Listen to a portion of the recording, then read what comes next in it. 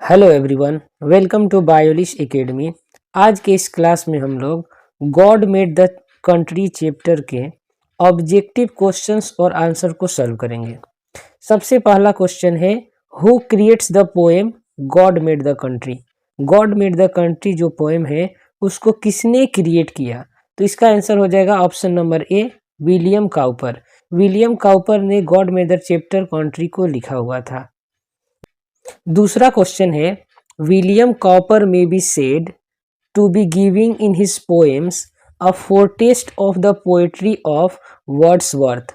यानी William Cowper जो थे, विलियम कॉपर ये अपने पोएट्री में जो वर्ड्सवर्थ के पोएट्री का पूर्वानुभव था वही देते थे। यानी वर्ड्सवर्थ की पोएट्री और विलियम कॉपर की पोएट्री लगभग सेम थी, मिलती जुलती थी।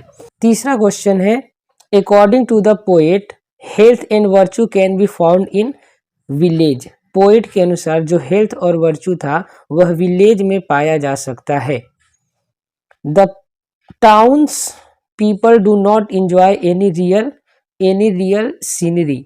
जो टाउन के पीपल हैं वह किसी भी रियल सीनरी को, रियल दृश्य को इंजॉय नहीं कर पाते हैं। In this poem the narrator is dash. Narrator is a villager. जो नारेटर है वह विलेजर है। क्वेश्चन नंबर 6 है, William Cowper was born in. William Cowper कब बोर्न हुए थे? पोएट्री में विलियम कॉपर का बायोग्राफी दिया है, उसमें भी लिखा हुआ है कि विलियम कॉपर 1731 में पैदा हुए थे। नेक्स्ट क्वेश्चन है, William copper died in. William Cowper की मृत्यु कब हुई थी? 1800 में मृत्यु हुई थी विलियम कॉपर की। नेक्स्ट क्वेश्चन है, like home the poet did not hesitate in giving clear cut opinion about the issue of his time.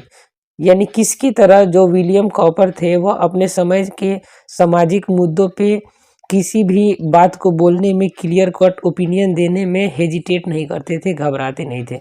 तो वर्ड्सवर्थ की तरह। Question number 9, a two wheeled horse drawn vehicle used in olden times. पुराने समय में एक two wheel, दो चक्कों की horse से खींचने वाली व्हीकल को क्या कहते थे?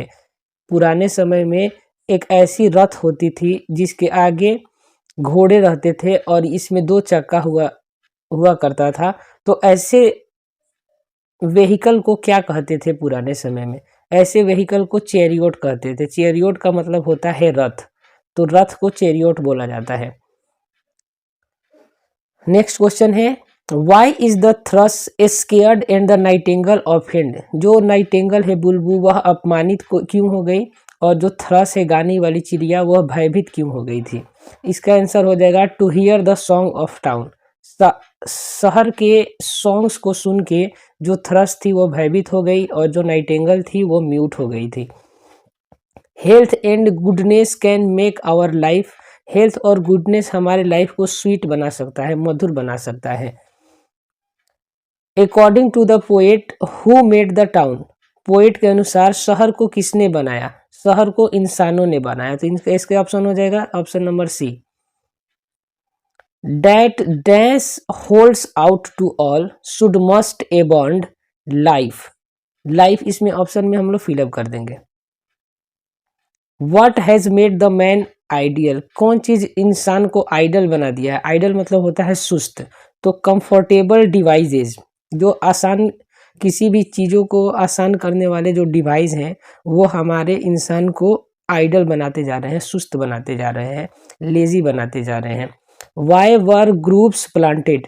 जो गांव में उपवन है, बगीचे हैं, वह क्यों लगाए गए थे? गांव में जो बगीचे हैं टू कम्फोर्ट अस, हमें आराम देने के लिए लगाए गए थे। What is the poet's desire. Poet का क्या डिजायर था? पोएट का डिजायर था the pleasure of natural objects. जो नेचुरल ऑब्जेक्ट्स है, प्राकृतिक वस्तुएं हैं, उसका प्लेजर लेना, उसका आनंद लेना।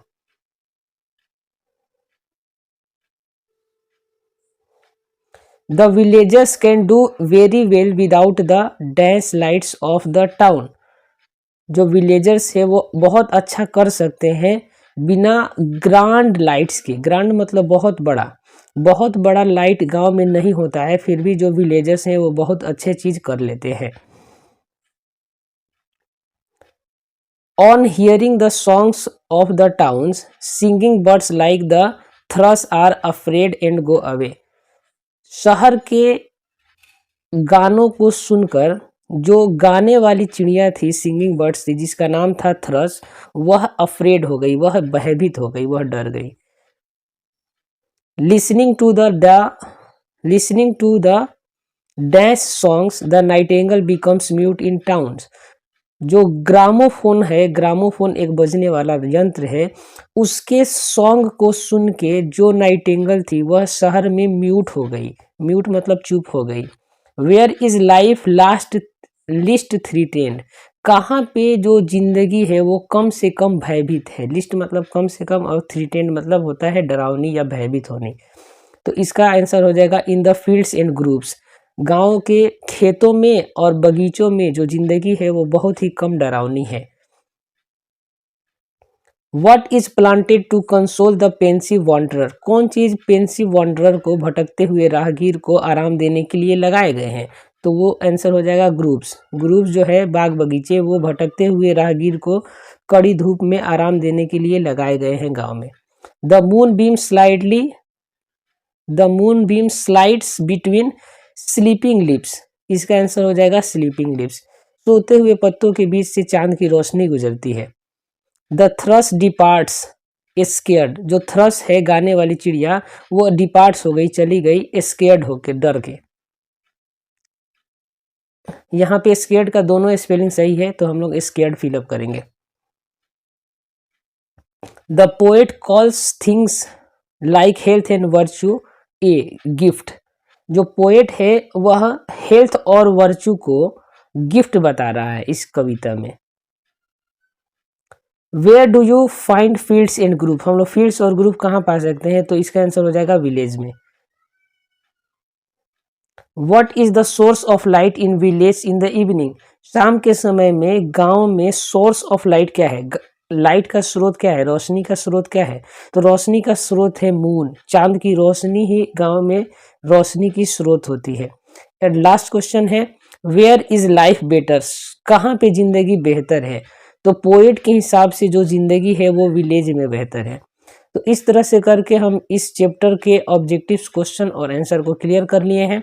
इससे रिलेटेड कोई भी क्वेश्चन है जो आपको समझ में नहीं आया है, वो कमेंट बॉक्स में आप पूछ सकते हैं। मिलते हैं अगले वीडियो में। जय हिंद।